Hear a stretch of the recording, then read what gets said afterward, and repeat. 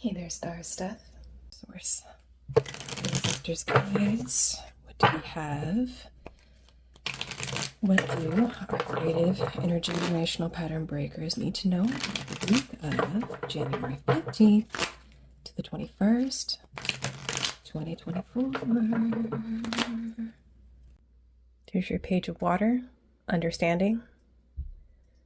What I'm getting is you're feeling perhaps trapped and overwhelmed. Other people are maybe doing things that you feel like you might be missing out on, things that you feel like are perhaps passing you by or that you can't do. Maybe it's something you feel like you can't have. This bird is trapped in a cage, but there's no door.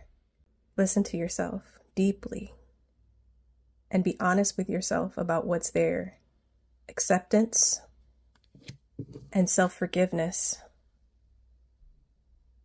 are on deck for the beginning of this week. Healing feels like it's on the menu as we move towards the middle of the week with the Lover's card.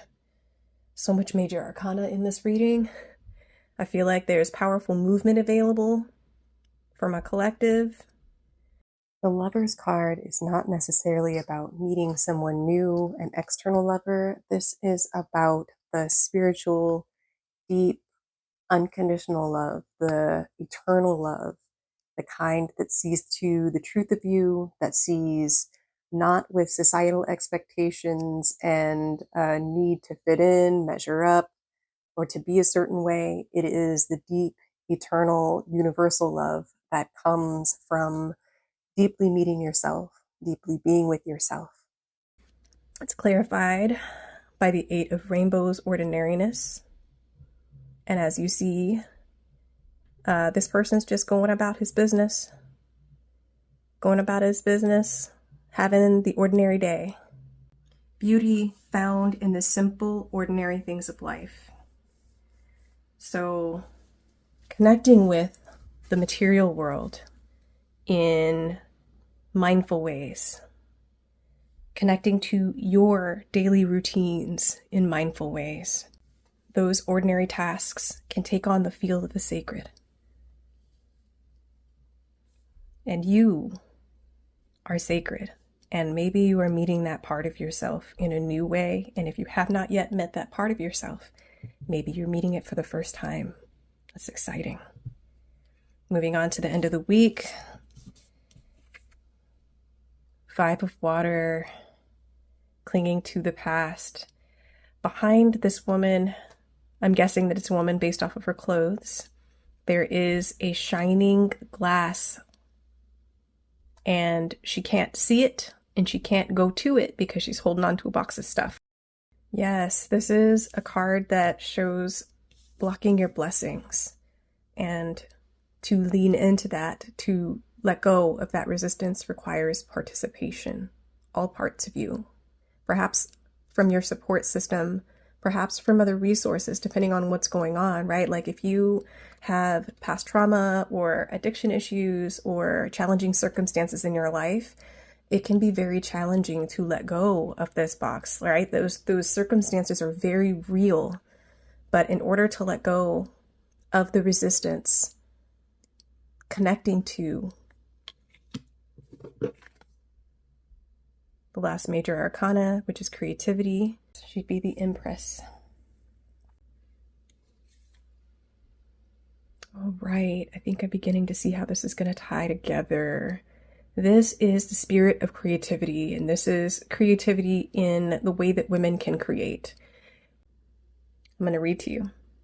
From the alchemy of fire and water below to the divine light entering from above, the figure in this card is literally possessed by the creative force.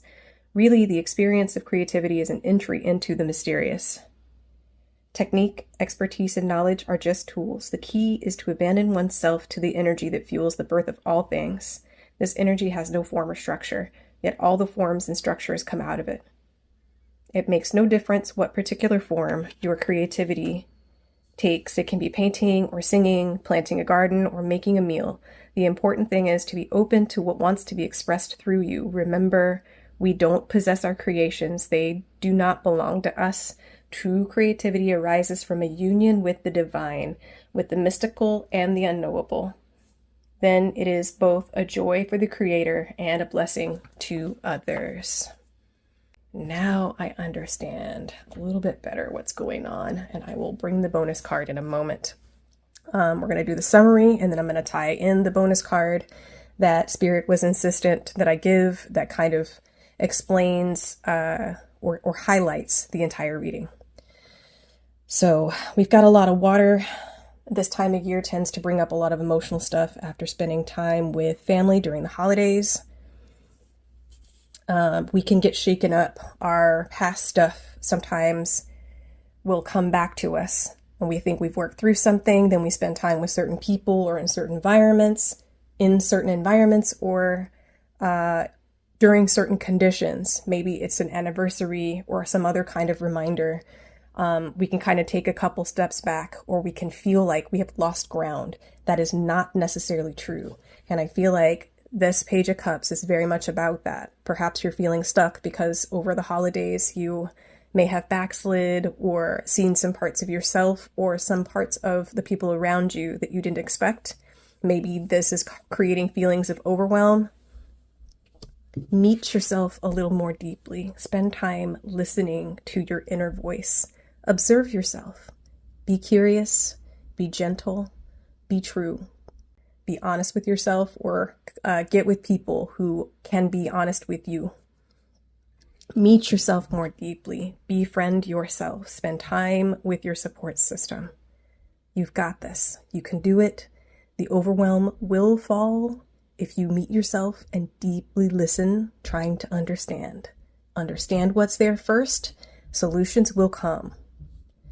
Middle of the week, after we have released and listened and befriended, we meet ourselves in a new way, more deeply. Maybe our heart opens as we pay attention and focus on things we need to do, not necessarily the to-do list, but our everyday tasks, brushing your teeth, going to the bathroom, taking your shower. Be present with yourself. Feel your skin as you wash, as you lotion, as you moisturize, all of that. Be with yourself.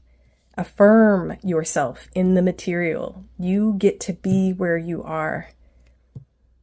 You get to have this ordinariness in your life. You get to have your mundane.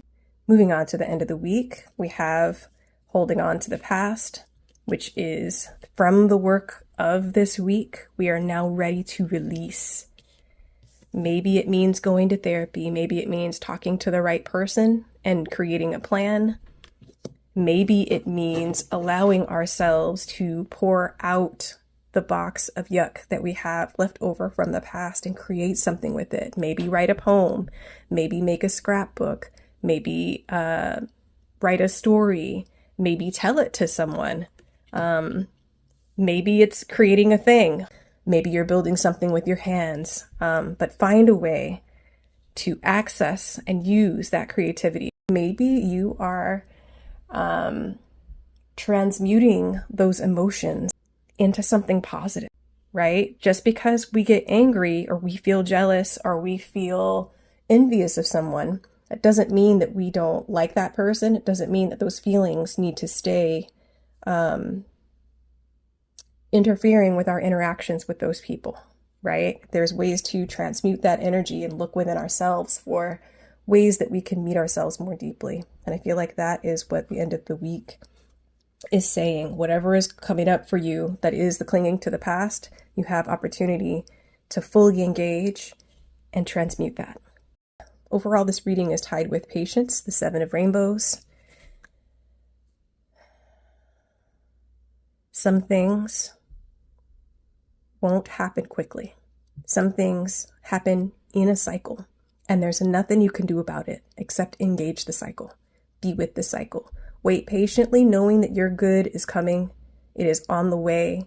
Watch for the signs, because as you see this pregnant mother and the colors around her, she is not pushing or pulling or any of that. She is simply waiting, knowing, trusting. She will receive. She will nurture. That baby is growing. That baby's coming. And she knows.